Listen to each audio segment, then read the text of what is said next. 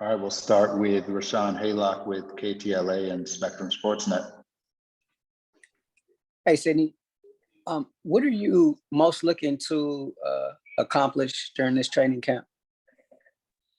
I think we have a great opportunity, a lot of new bodies. So getting to know each other, getting to know how to play with one another, getting back into a rhythm. That's what training camp is all about. Setting the tone in regards to how we work, how we function as a group. Those habits are built in training camp. And so the first 2 days have been full of good energy, encouragement, guidance, coaching. I know that usually the first couple of days you're just excited to be out there. And so keeping in mind that there's a pace to the game that you need to have. You're not just going 100 miles per hour the whole time. And so I think overall just paying attention to the little details that are going to make a difference as we go throughout the rest of the season.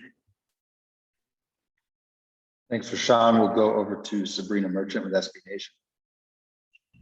Hey, Sydney. You mentioned a lot of new bodies, in camp this week. A lot of them are actually your position, right? The 2 and the 3. So I'm curious what you've seen out of the newbies, Stephanie and Bria and Nia, just, the new people. What are you seeing out of them? That's the beauty of this league is there are so many great women at every position who bring their own unique style to the table. And so you have Nia, you have Bria, who are familiar with the league. They've been on different rosters. They know how the league works. They know the pace, the physicality, and you can see that in how they work. And then you have Steph, who's coming from the college level, but she's a seasoned college kid who has been around for 6 years at that level. And she plays with pace. She has good speed. She works really hard. I love her work ethic. And I think each one brings a unique skill set to what they can offer to this group. And so far they're fitting in as we're teaching the systems and all these little details. But they're good players. I mean, they're professionals and they have earned the right to be at this camp for sure. Miriam Swanson, LA Daily News. Hey there, Sydney Weiss. Wondering, we were talking with Shanae about her documentary, The 144. Wondering if you knew she was doing that last summer in the bubble, and if you noticed cameras hanging around, what that was like on your end, and just sort of like what you know about this thing. Yeah, I heard while we were in there that Shanae had the idea, and ESPN had the idea of making a documentary about the experience in the bubble. And so I know that there were a couple times where we had team events where there's a camera crew around just to document behind the scenes. And I think that was the case for teams throughout the league. Because obviously it was such a unique situation where we were all in one area. And so I think ESPN did a really good job documenting behind the scenes footage to help us go back in time and even let people who weren't in that experience in the bubble realm to see not just what we put on TV with basketball and social justice advocating, but what it was like in the villas, what it was like on campus, in the hotels, getting to practice, all those little nuances that only the groups and the teams and organizations that were in there. Now we get to share that with people who were not in that situation, which is, it's going to be really cool to see that production come together. Go over to Chris Henderson.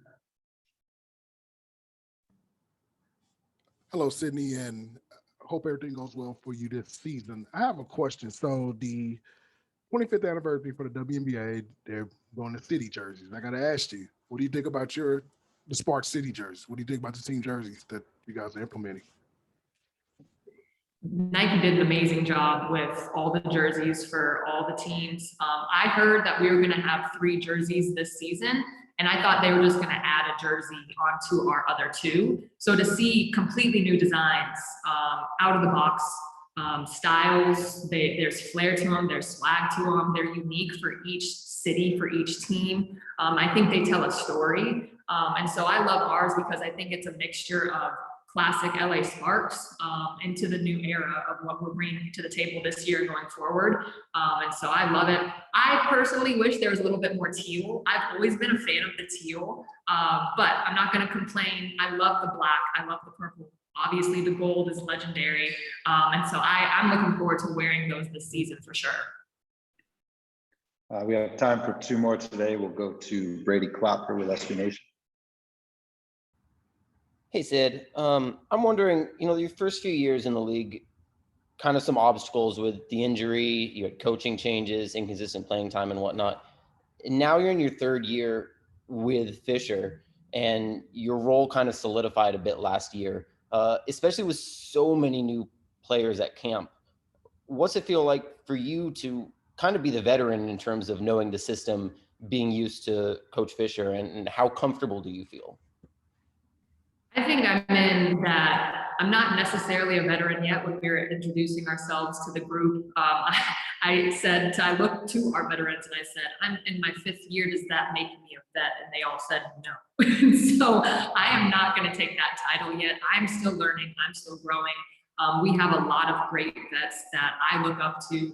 KT being here, she brings it every day, and she has that history within the league full of success, and her resume stands for it. And so I'm excited to learn from her. And then I think because of the experiences playing for Fish going into my 3rd year, our 3rd year together, I know that there are things that I have experienced with him that can help me with the newbies and teach them and guide them as best as I can. And so there's a balance to, I'm still learning, I'm still growing, not necessarily a vet quite yet, but I also have enough years under my belt and enough experiences where I can now step into that guidance piece and teaching as well, that, I haven't been able to do in the past because I didn't know yet either. And so it's a cool position to be in, and I'm very fortunate to continue to learn and to help as much as I can. Last question for Sydney will go to Roz Golden-Wude with Spectrum Sportsnet. Long time no speak. It's Roz. Covered you in college. What's up, girl? Hey, girl. Hey. To piggyback that last question, wanted to hear about what do you think were some of the most important things you added to your game and your understanding of the pro level season after season to get you to this point? I think something that was unique in this offseason for me was I was rehabbing an ankle injury, and I've learned that when injuries happen, there's so many things that you are presented to learn that you wouldn't have been presented if you would have remained healthy and you kept it pushing, nothing happened.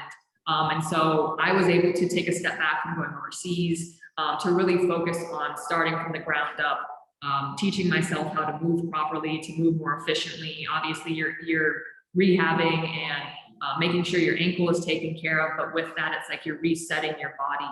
And that gave me time to work on different skills and different moves from the point guard position, from the 2 and 3 position, and really take my time with that, because usually a lot of us go overseas and you're just thrown into another system, you're thrown into practices, into games. And so this gave me some time to really focus and break down, okay, how can I finish better in the paint? How can I have better body control when I'm driving through the trees and I need to jump stop and either finish or pass it out? And so paying attention to those little details. I think the first couple years in the league too, you don't really have time to focus on that because you're trying to get a handle on the pace and the physicality within itself. So it's like survival mode. And now I feel like I got to a point where I can focus on those details. And that's what it is now going forward, is those little details that can set you apart and keep elevating your game as you go from season to season. Thank you so much, Sydney. Brittney Sykes will be next. Go Sparks! All right, we'll start with Rashawn Haylock with KTLA and Spectrum Sportsnet. Hey, Coach.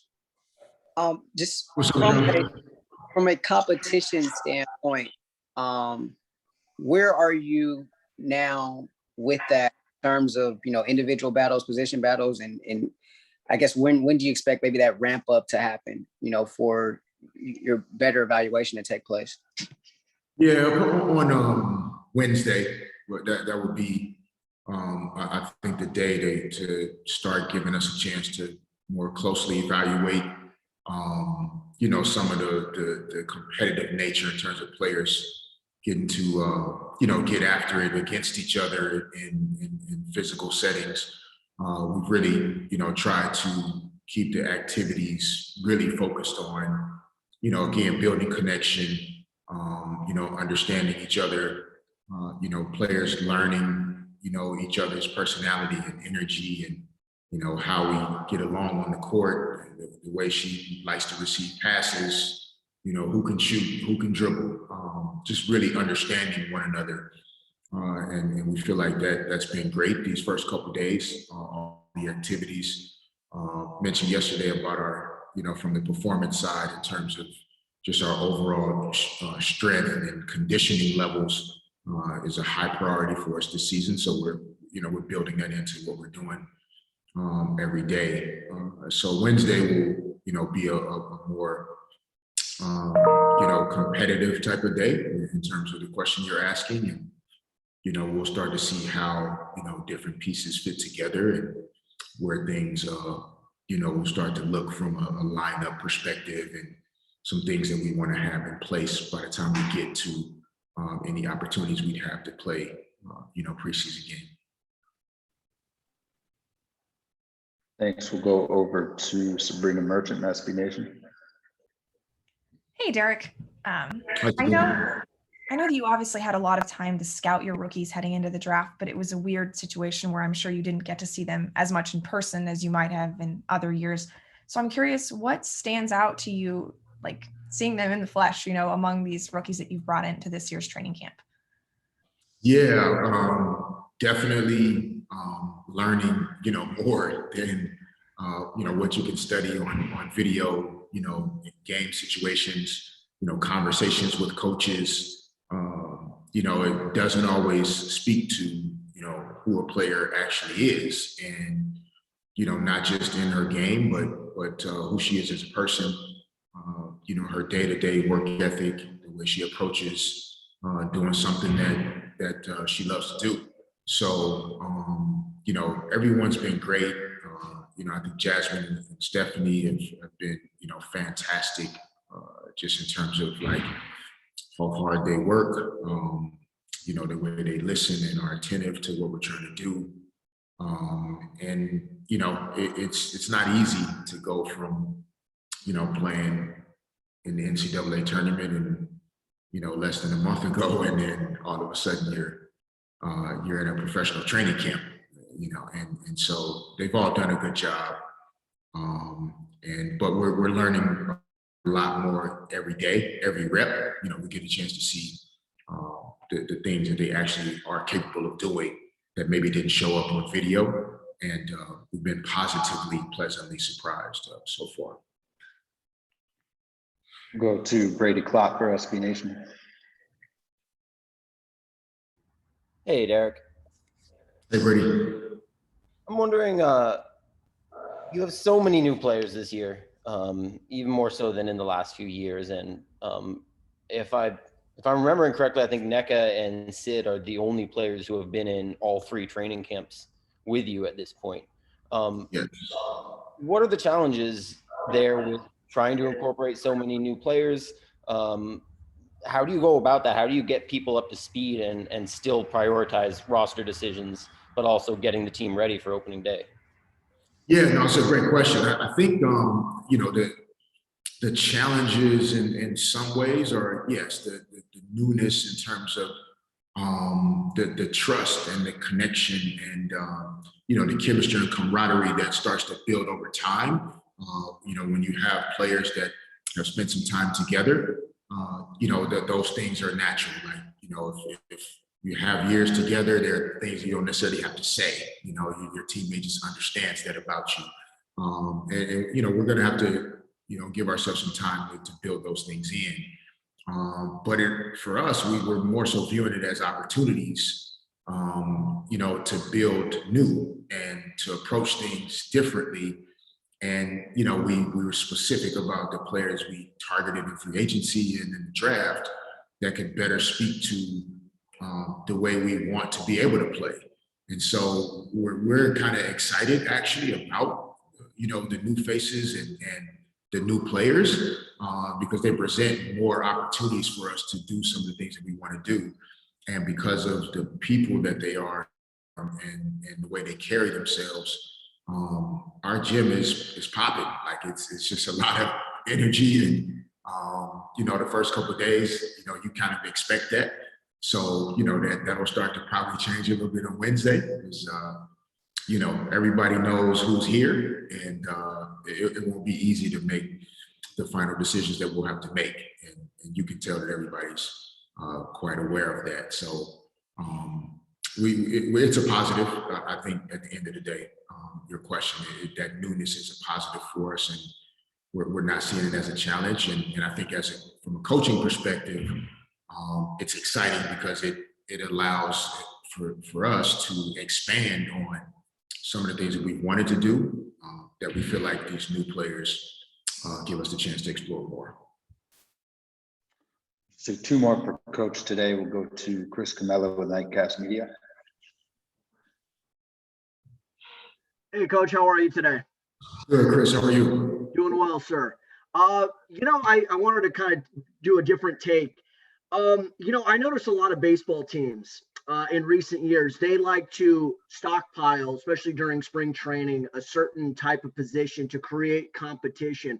Was that in the back of your mind by, drafting guards, signing guards, so that way you could kind of create that competition? You mentioned the opportunity aspect, but competition sometimes gets the best out of some of these players. Was that in the back of your mind, creating options, but also at the same point in time, competition as well? Yes. Back of the mind, front of the mind, all over. That's exactly what the thinking was in bringing in players that, like you said, would have an opportunity to compete for roster spots, for minutes, for everything that they want to achieve in their careers. Like that, the opportunity will be here.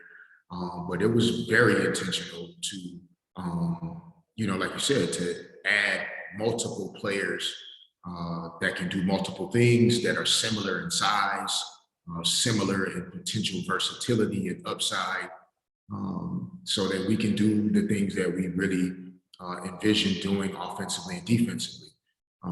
And so having as many of those players as possible in camp was for sure intentional. And, ultimately, the final roster hopefully can also resemble that concept.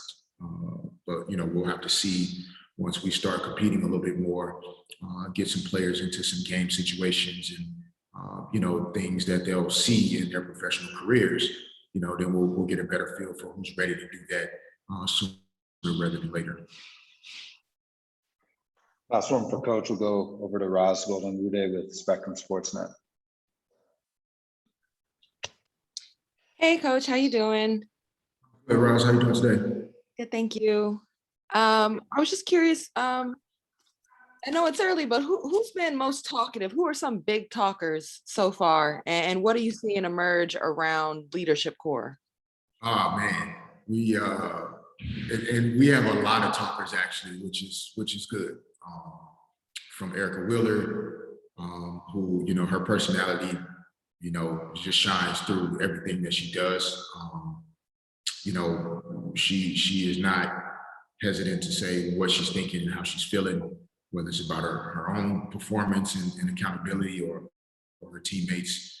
It's great to have Shanae back in the building. Like just her energy, her smile is infectious, and I think it helps to lift our team up. And it's great to see her back out there working hard and getting after it. And Chrissy Tolliver isn't as much of a talker verbally, but the way she approaches what she does, it speaks very loudly.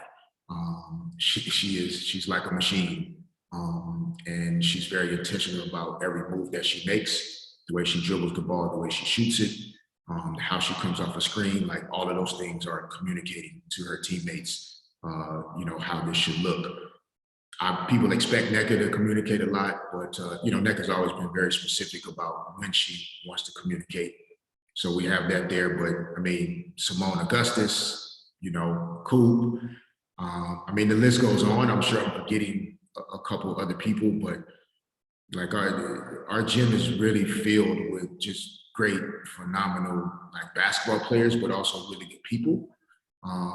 So yeah, I don't think anybody feels that they have to hold back, you know, how to communicate. So the biggest talkers for sure are, you know, probably the smallest person is Eric Wheeler. But there are a number of people that are communicating. I think Amanda Zowie B as well is a leader and is very comfortable speaking up and speaking out. So those were things that we were looking for. Like you know, the last couple of years we struggled in that area. Honestly, so we also wanted players that not just talking from a leadership standpoint, but just talking from a, I got her, you take her, you know, cut this way, move this way, you know, this is what I need you to do. You know, that may not really always be leadership, but just communicating with your teammates. And that was a big priority for us in the offseason. Thanks so much, Coach. All right, thanks everybody.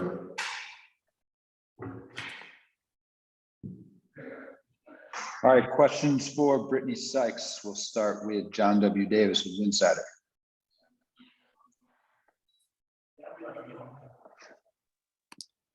Hey, Brittney, how's it going? What's going on? What's up? What's up? So what I wanted to ask you was, you know, what would you like to see from everyone when the competition segment of training camp begins on Wednesday? And with that in mind, you know, what are the types of attributes that you believe will set people apart in training camp? I think the one thing I'm looking for is people to compete. You know, this is a competitive group. We've you know, had drills in practice where you can kind of see some people's competitive nature, even though it's in good spirit, but definitely when we start to get to those parts of practice where we're competing against each other, for sure, I'm looking for people to compete. And to separate, I'm just looking for those little things for us to communicate when we're tired, for us to communicate when things aren't going well, you know, and for us to dig into each other, not dig into ourselves. I think those are the things that will help separate us from other teams, and then individually, I think that'll help us separate from each other, but also help us come together. Roz Golden-Wude with Spectrum Sportsnet.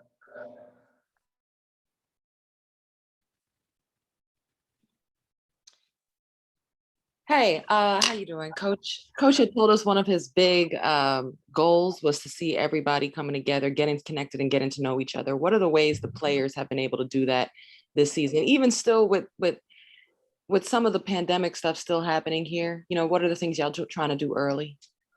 Well, you know, we get kind of lucky when it comes to the whole trying to find chemistry, trying to mesh personalities, because everybody has been in this league for a certain amount of years, so you either played with or you played against. And this is coming from AAU through high school to college, now we're in pros. So we've kind of already built up that chemistry when it comes to knowing each other and really, really getting fit like a glove is kind of how I kind of think of it. But we've just been talking, and we've just been doing the little things. I cannot emphasize enough that we have to do the little things in order to be that close knit, because those are the things that are going to keep us from coming apart. Over to Lindsay Kramer. Lindsay. Hey, Brittney, good to see you again. What's up? So I know once an Orange woman, always an Orange woman. It's been a few years since you were at SU, but I know that you keep in touch with the program and Coach Q. You see what's kind of going on there. A lot of transfers this year. You know, new transfer rule. And so it's a two-part question. I'd like your thoughts on the NCAA's transfer rule for college students. You know, not sitting out. And second part, just from the outside, general thoughts about Q having to rebuild the program and so many players. You know, I think 11 or 12 players have left it. So your thoughts on that? Okay. So what was the first part again? The first part was your thoughts as a former college athlete on the new transfer rule, the players just being able to go leave. Yeah. Okay. Yeah. I mean, it's pretty simple. To each his own. You know, if you feel like as a player that it's somewhere it's not a fit for you, you're not happy, and you want to leave, and so be it. And then if I had to play devil's advocate, I'd have to say that I think not just today's kids, but just people in general, we, and I say we, because it's a time and place where we all had a space where we did not like to look within ourselves. We did not like to have accountability for our decisions and our actions. Sometimes you just gotta stick through it. Sometimes you just gotta see it through. It's not gonna be fun and dandy. So for, some kids who want to leave, and now we have the rule where you can automatically play, and I just think it's trippy that kids can transfer within the conference. I don't know. It's like an unsaid rule that you just don't do that. You might as well give all the plays away at this point. But that's just my opinion on it. And as for Coach Q and him rebuilding their program, whether 12 or however many people transfer, it still doesn't take away from the things that he's done since I've been here, before I got there, and what he's doing now. He's a great coach. He's a great man. And, good luck to all those girls. And, good luck to those who are coming into the program for him. I'm pretty sure his mindset every year is to win a championship. So I know he sees him leaving, but at the same time, he has a job, just like we all do. We got to make sure we're preparing for the next situation. And I believe he's doing it. He's doing a great job. So shout out to Coach Q. Sean Haylock with KTLA and Spectrum Sportsnet. Hey, Brittney. Year 5 for you now. What areas are you looking to grow, and how might you envision your role changing this season? Year 5. Is this Daddy? Is this E? Do you do the podcast or with Jay, with John? Is this him? No. This isn't bad. Oh, you guys have similar voices. Oh man, that's a good thing though. Oh no, because he got my years wrong. He said I was 7 years. I'm 5 years, so I appreciate you. But year 5, what am I looking to do? How are you looking to grow, and how might you envision your role changing on this team this year? Yeah. Well, year 5, I've added some things to my offensive game. I've slowed down my game in a sense of pace. I'm not going 100 miles per hour anymore, and I'm glad that finally in year 5 I've kind of mastered that craft. I'm just looking to make sure that I become a more consistent shooter, that I stay aggressive. And we all know what we're all capable of. I know what I'm capable of. It's the simple fact of me trying to do it consistently. So that's my biggest thing, just getting through those tough spots and not getting on myself so hard emotionally and mentally, and pushing through those and still being the player that I am, just that 1% better. Time for 2 more. We'll go to Miriam Swanson of the LA Daily News. Hey, Brittney Sykes. T-Fish was just talking about how this is a especially talkative group. I wonder where you gauge it in your experience in the league and just playing ball, and just in what ways does that sort of, how does that color camp? Is that a benefit? Is that or not? Like, what's it like? Who said that? Derek Fisher. Oh, yeah. This group definitely has its talkers. I mean, let's just put it out there. I'm one of them. But I'm more of a goofy talker. Like, I'm a jokester. But I think it helps because, well, let me say this. It helps when the talking from when we're, lollygagging and waiting for the next thing. It helps to have talkers when we need it, like when we're in the game, when we need to communicate. That's when, the talkative people, that's when it helps, because if you love to talk, there shouldn't be a problem to communicate on the floor. So, and I think we've been doing a good job of that. And the coaches will say, little tidbits while we're practicing or shooting. Talk y'all. It's quiet. Just little notions to get us going, get us talking, get us communicating. Last one, we'll go to Chris Henderson, C. Hendo. Hey, what's up, Brittney? Hope all is well. Definitely have a question for you. I asked Sydney the same question. So the 25th anniversary, you have new jerseys, city jerseys. I got to ask your thoughts about them because I think they're dope, but I want to ask you personally, what do you think about them? I love them. I hope they don't get on me for saying this, but I have my favorites. I won't say them, so I won't get in trouble. But Sparks is definitely one of them. Obviously, no bias, but I just love the thought behind them, not only the design, but the meanings behind them. I think that's huge because now you get people talking about the jerseys and they go, oh man, those colorways are cool. And then you'll have somebody behind it saying, well, this colorway is because of this colorway is for this. So I think it's great that we're starting to talk with the jerseys. Like we're adding the talk to it. It's not just about design, it's about what follows it. So I'm really proud of the league. I'm proud of everybody who had a hand in it. And I'm proud to wear it when it comes to season. Thank you. See y'all.